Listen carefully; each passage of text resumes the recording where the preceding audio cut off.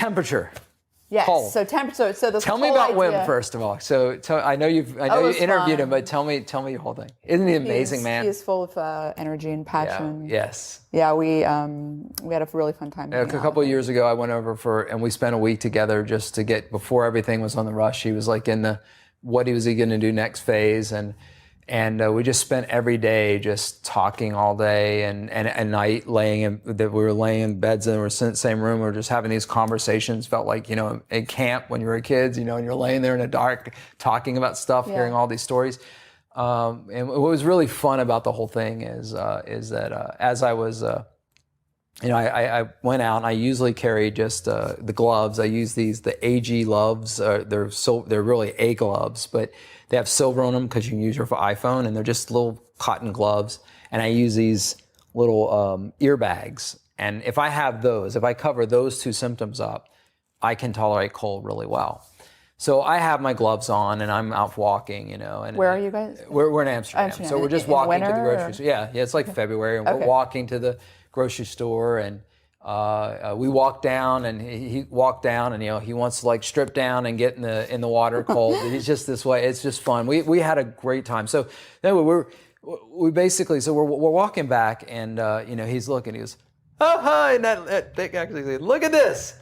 The Iceman has a coat, and you have a short sleeve shirt. He said, this looks crazy. So then he took his jacket. He said, I need to, and then when he got home, he opened all the windows. He said, I've been trapped in this apartment all summer. But it was really interesting that, people think of him, and you see this, people think of him extreme. And what Wim's actually trying to say is not extreme. He's saying humans can do this. Mm-hmm. We can't. A normal human can do it. This is what I'm saying now about fasting. A normal human, I'm not superhuman to go without food. This is normal. And normal humans experience it. And what's interesting is, just like this time with that, and what we have in our metabolic winter hypothesis paper, is this, the fact that these two traits, cold stress and dietary restriction, hit the same genes, hit the same UCP1, hit the same PGC1 alpha, So there's overlap, yeah. Yeah, there's overlap, and that winter never comes. There's never a time of cold stress.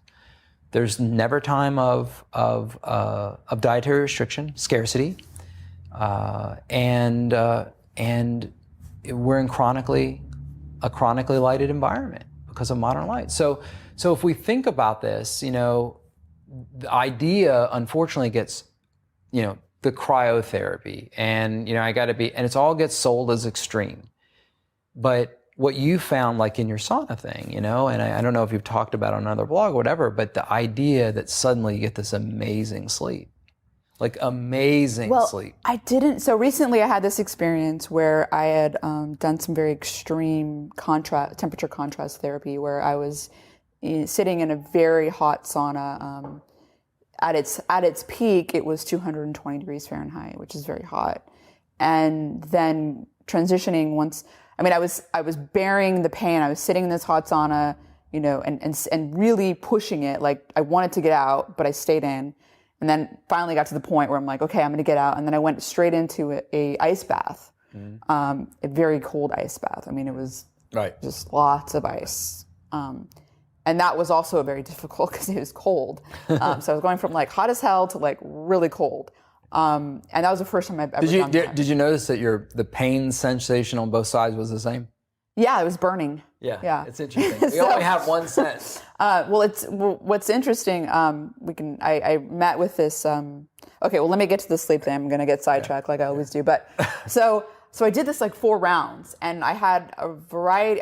I noticed that I felt really good, really relaxed. There's lots of things going on in the brain. And I've done the sauna for years, and the sauna also makes me feel really good. And I've talked about some of the mechanisms by why that occurs.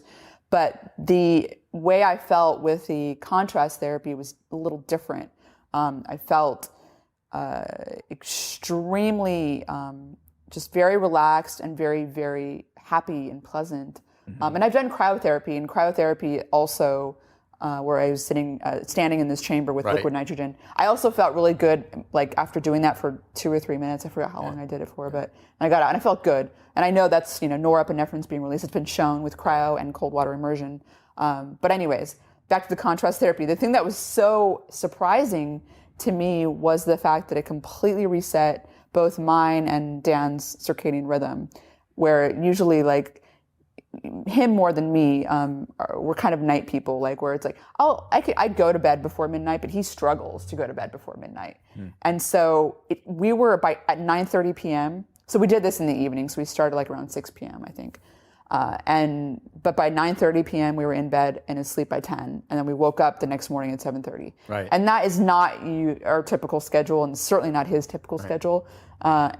And that was very surprising to me. The contrast therapy resetting my circadian rhythm. So one of the things you asked earlier about cold stress and weight loss for the people I work with, that's actually one of the things I do. I want them to get a lot of sleep. So I have sort of more of a metaphor, I guess, to use to sort of simplify things, but metabolic winter, I think of dark, cool, still, and scarce.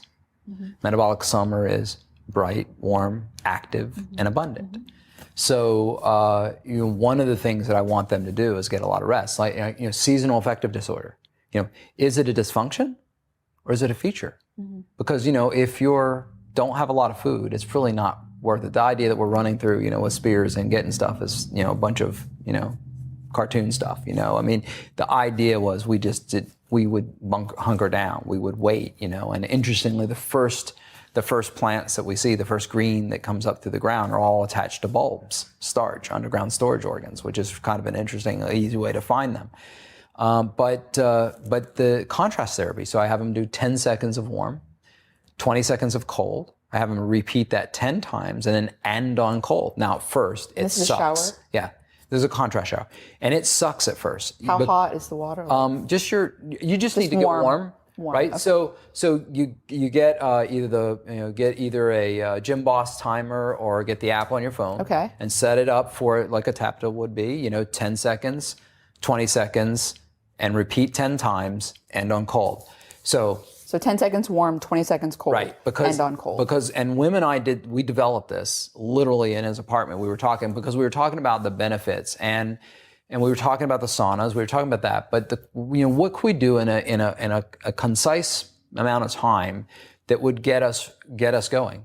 Well, as a complete coincidence, just like you, I was doing something. I don't know, whatever. It was late, and I was still going. My mind was still going, and I went and did that, and I realized, I'm really getting sleepy.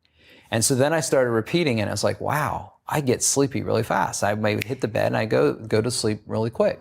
So at first, because our skin can't sense absolute temperature, we sense differences. In fact, Wim did one little finger test, and they made him with ice water pass out, which is kind of funny because he said, the ice man passes, I submerged my body in ice, and they did this little test, and there's this strong, I don't know I haven't looked up, but there's some strong reaction, something they do with your hand, and it has a strong response, and it can make people pass out.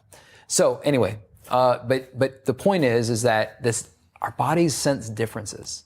I wrote a blog about this on mine. It's called Changes, and the body really, like if you're out working in the fall, when you go out, it's cool, and you start raking leaves, or you start doing something physical, and then you take off layers, and now you're cool, now you're fine, or whatever, and then you walk in the house, it feels hot, right? And you say, it feels hot in here, and everybody else says it feels normal in here, You're turning down the thermostat, and vice versa, walking. So we sense these changes, and so what we tried to do is make it practical, where we can do it. And what I found with myself and with 100 or so people I work with is that doing it in the morning just lights you up like a Christmas tree. You just feel ready to go. You get out and go, whoo, you're ready to go. Not a cold shower, but the cool, and then there. And you can go as cold as you want. You have to have a big contrast. At first you might not go as far, but eventually you're going to go full cold because it's like 50, 55 degrees. You can handle it. Everybody has a part, their belly, their back, their face, something about them really makes them like, tighten up. But you'll figure that out. And what's paradoxical about it, and I saw this on my blog and people reporting back, this is all a couple of years ago, was that you start tolerating heat better too. And it was kind of weird. You start sweating less. Your body starts getting sort of more adapted to this contrast, so that when you go from one environment to the other, you just doesn't seem to be as much as stress, which means When you go out walking, when you go outside, I always have people do the reverse of skiing. So instead of layering and taking them off as the day goes on, I say carry it with you and only put it on if you really need it. Cover your symptoms first. We don't get frostbite, of the head. We get it of the nose, ears, toes, fingers, the extremities, right? Vasoconstriction happens, and when vasoconstriction happens, we start losing the circulation as it's cold. But if you cover those symptoms first, and that was my very first experiment I did before the first weight loss, is why am I cold? And just sitting out on my back porch with a notebook, trying to say, okay, how do I stay out here until I can't stay out here anymore? What makes me go back? And what I found was my ears and face will send me into, I can't stand it anymore, way more than my body. So back to the contrast showers, what doing this contrast does is it slowly elevates your tolerance for cold. Like right now, I have zero cold tolerance because of the fast. And I opened my windows last night, and it's, even at 66 degrees, which my house is normally even colder than that, it starts feeling really cool, It's so that's just a temporary thing. And last time it took about a month and a half or something to where my normal cold tolerance came out. I know it pretty well. But as you do this contrast therapy and you end on that cold for 2 minutes, again, in the morning it gets you alert, and at night, because of I think where you are in your circadian day, it makes you sleep. And I did the same thing in Australia that you did in terms of reset, and I tried it. Now, I didn't get completely over jet lag, so it wasn't really a complete success, but I used a combination of melatonin and those mild cold stress and light, and it still took a day or two. It was worse coming back for me. It was much worse coming back, and I didn't completely fix it, so there obviously is a time function that we sort of can't avoid, but I think something as simple as that has benefit. Yeah, I'm definitely going to try to dig into some of the mechanisms there, because it's hard to find, but I'm planning on trying to understand it, just because it was profound for me. And there's really good data. Maybe I can find a Dropbox folder and send you a whole set of links. Yeah. But like on clinically depressed patients, they were doing 5-minute cold showers with 60 degrees F, and they were having as good of results with medications with their depression. Please send me that, because I've been theorizing that would be the case based on the fact that cold, if you're I think it's around 60, anything below 62 or 63 degrees Fahrenheit, 17 degrees Celsius, whatever that is. It increases norepinephrine. Right. So mild cold stress, when I talk to people, first of all, I don't think people really need to be doing ice stuff right now. I mean, it's just, there's way more risk, and you can get a lot of benefits above it. So what I always tell people, because I think everybody goes to the extreme, and the fitness industry is the worst about this, but basically the guidelines I give to people is that mild cold stress begins at 80 F in water, okay? And it's begins at 60 F in air. So that's about that's where you start seeing a change. You start seeing a metabolic response. You start seeing a hormonal response at about those temperatures. Water is really easy to deal with all the way down to 60 F.